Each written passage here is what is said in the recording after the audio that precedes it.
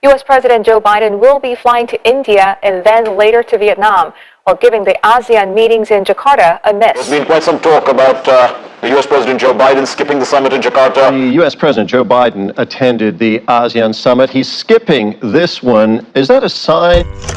Biden skipping the ASEAN summit has left many confused. ASEAN is short for the Association of Southeast Asian Nations, and it is a regional grouping that aims to promote economic and security cooperation among its 10 members. Therefore, considering Washington's recent efforts to woo Asia-Pacific nations into countering China, giving a cold shoulder to ASEAN just seems counterintuitive. So why did Biden choose to snub the most important regional organization in Southeast Asia?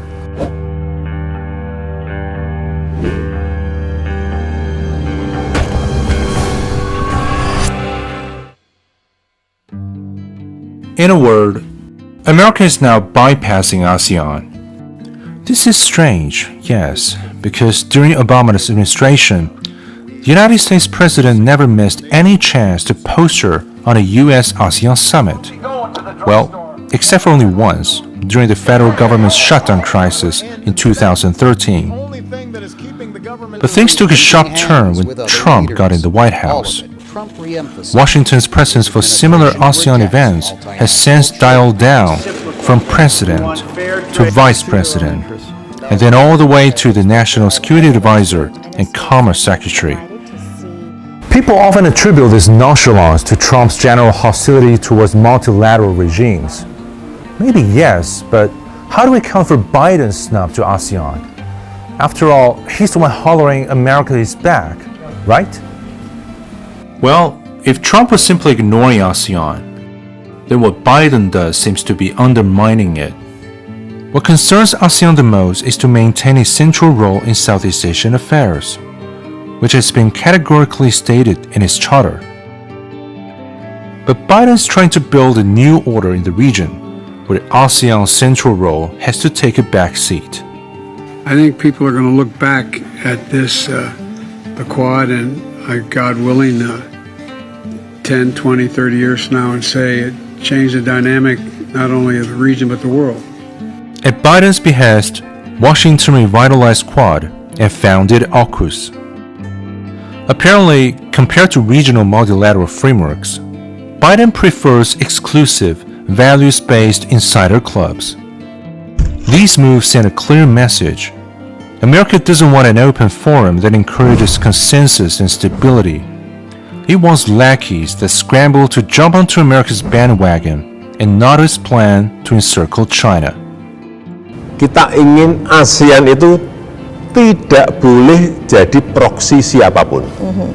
Tidak boleh jadi proksi negara manapun. Jadi ASEAN bersifat terbuka, bersifat inklusif. Very few want to be caught in the maelstrom of any great power rivalry, and the attempt to create a NATO-esque bloc and a pact that involves nuclear submarines has certainly stricken the nerves of Southeast Asian countries.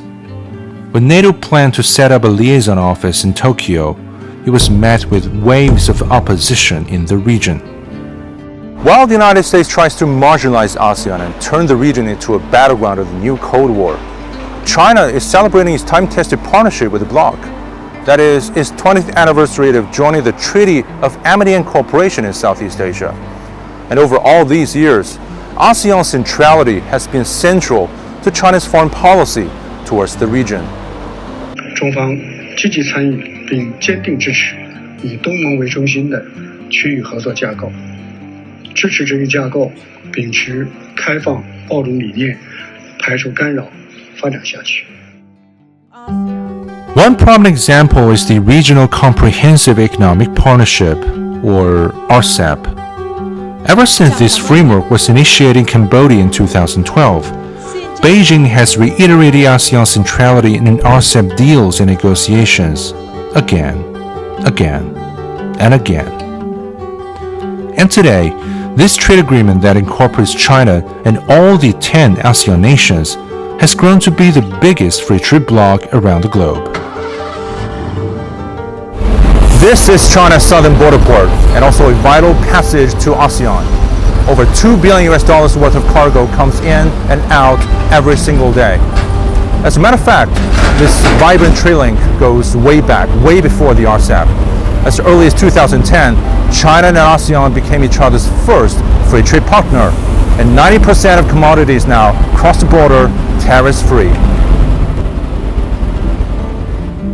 China has been ASEAN's largest trading partner for over a decade, and ASEAN started to become China's ever since 2020.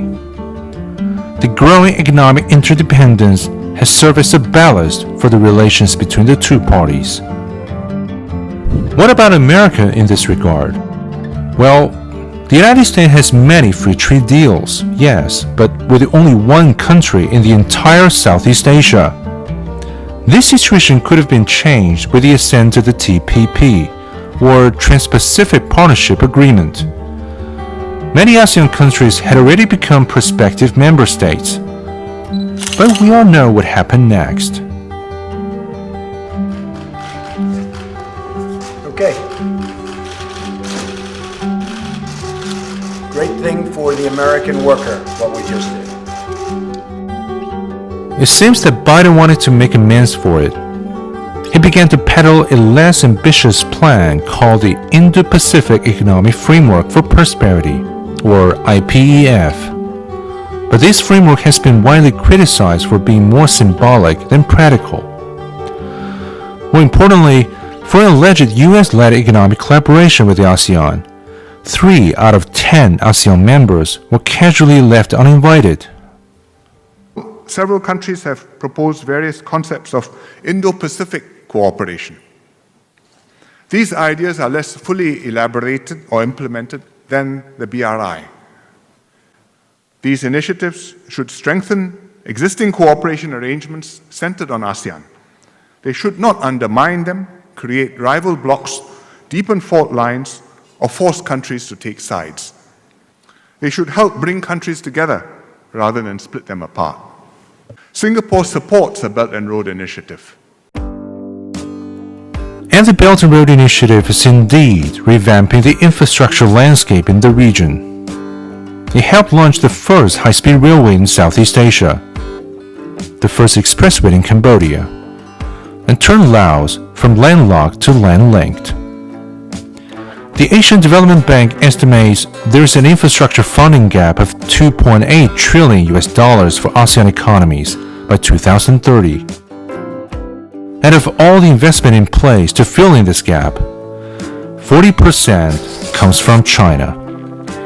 维护以东盟为中心、开放包容的区域合作架构，坚持真正的多边主义，反对搞小圈子制造分裂，损害地区和平稳定。 Non-alignment, non-interference, and mutually beneficial cooperation. These tenets are key to China's presence in Southeast Asia. And this is where China and America take their opposing stances on ASEAN centrality.